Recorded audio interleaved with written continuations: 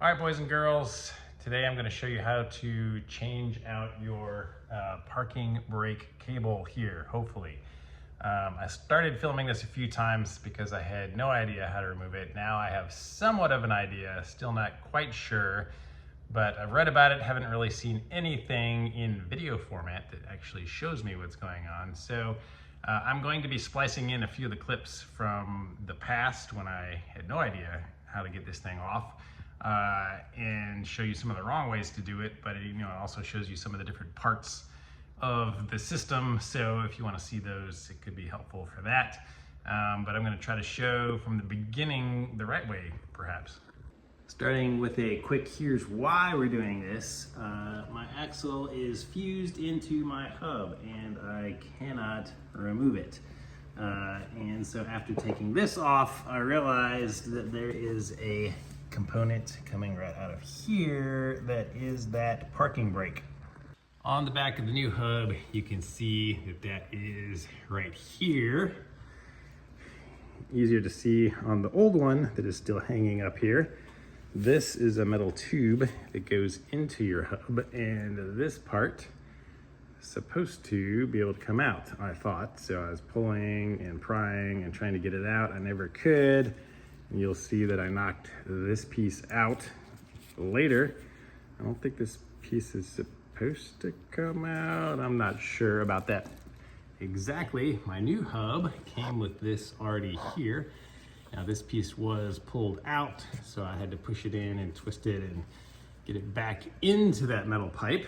But this is what the other end looks like. It's got this here, and of course you guys know that it leads up into this little box in the back. So there's one for the left side of the car, one for the right side of the car. This is still the old one in here that I have to remove and reattach the new one. So there were 4 bolts that I removed, but all that does is let you slide this around a little bit, pull it out a little bit. You cannot get to the piece to disconnect it. So I've read you have to come in through the top, up here through your center console armrest. So that's the part that I am about to try to figure out myself, and then I'll show you guys. Oh yeah, and if you're just joining now and haven't been following along my engine build, yeah, there's no engine in this car. That's why everything is so easy to see and access. Inside the glove box, little plastic mat here. Stick the screwdriver. Pull him out. And then let's see, we got 1, 2, 3, 4 little tiny screws. Looks like they are Torx bits. Yep, they are T20s, so just remove these 4. With those removed, we can lift that plate out. And let me see what we can see. All right, so this is where the cable's coming in.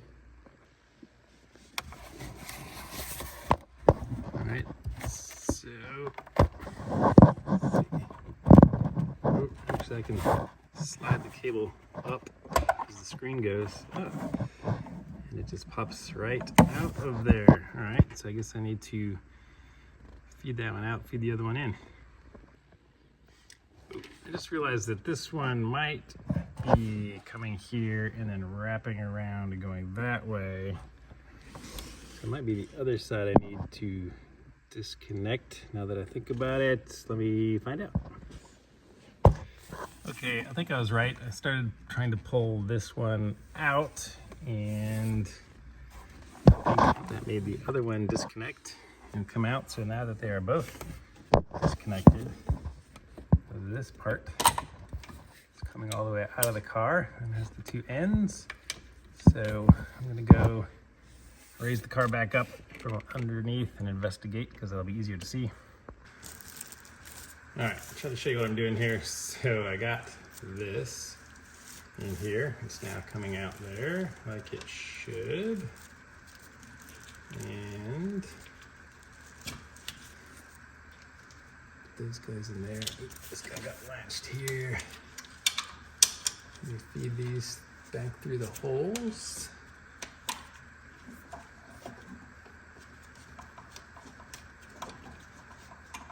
In there, guys. stuck on the edge a little bit, just free them up. Aha. Okay, so that is back together. Now let's go back to the other side. All right, back inside the car, you can see the one over here, which is the driver's side one. And there should be one back here. It goes into that side, so I can be able to hold the phone, but I'm just gonna, that thing pivots, I'm gonna try to slide them both back in now. All right, this is what it looks like when they are both attached. It was not bad at all. The only thing I will note is that this piece here, you can pull it towards the rear of the car because there's a spring on the front side and it is just barely enough slack to pull it and get the second one on there. And I do notice that my original one that I did not change is pretty taut, and the side that I just replaced is pretty loose. So I'll probably need to do some work to tighten that one up. So let's see what happens. So when you pull this, it pulls that bar, which in turn tightens those two wires. So that's how your emergency brake system works. All right, so I had to remove one of my wheel studs. If you do that and you look in, you can see that little gear right there. You want to find the spring, and then right on top of the spring is that gear. So I was just turning that, crap, I just forgot what direction I was turning it already. One way makes it looser, one way makes it tighter. I was just experimenting, pulling on the emergency brake, seeing when I could not turn this anymore, and I cannot turn it. So that was the tighter way. Tightened it up. Now I'll put my wheel stud back in. Job complete.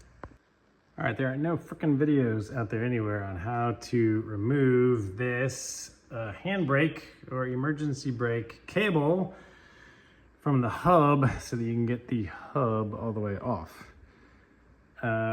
So looking into this thing, we popped off the spring. There was a spring that ran from that hole to that hole, which is right there. And we took a screwdriver and popped this thing out. It went like this. That little corner hook went over here into that disc. The other one went into that disc there, so that when you pull this, it pushes the discs apart. And right there you can see where it is attached to the cable. This thing here is just a metal tube, I believe, that the cable runs through. So I think if I disconnect this thing from it, I can open it up. So I did read somewhere where people said if you go in by the handbrake and you loosen this thing up, you can pull it out this way further to disconnect it. I just kind of pulled on it. I see that pin right there, and I messed with the pin a little bit. And it looks like that pin can just be pushed down with some pliers. So I'm gonna try to just disconnect this piece here and pull it out. Since I can't film it and do it at the same time, I just want to show you that pin right now. Looks like it's coming down. I don't think it's loose enough to just shake out. I'm just using some pliers. Some pliers. All right, here's a good view of it now. I got it turned sideways. You can see that it is coming out, but not out all the way. So I'm just gonna grab it from over here and try to pull it out. I was successful, just grabbed it here, pulled it out. Now this is gonna slide out like that. And let's see if it comes out.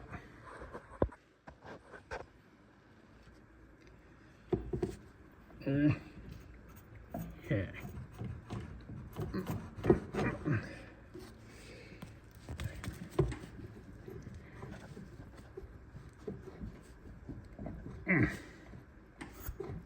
Yeah, also not supposed to be broken here. The rubber was already snapped there.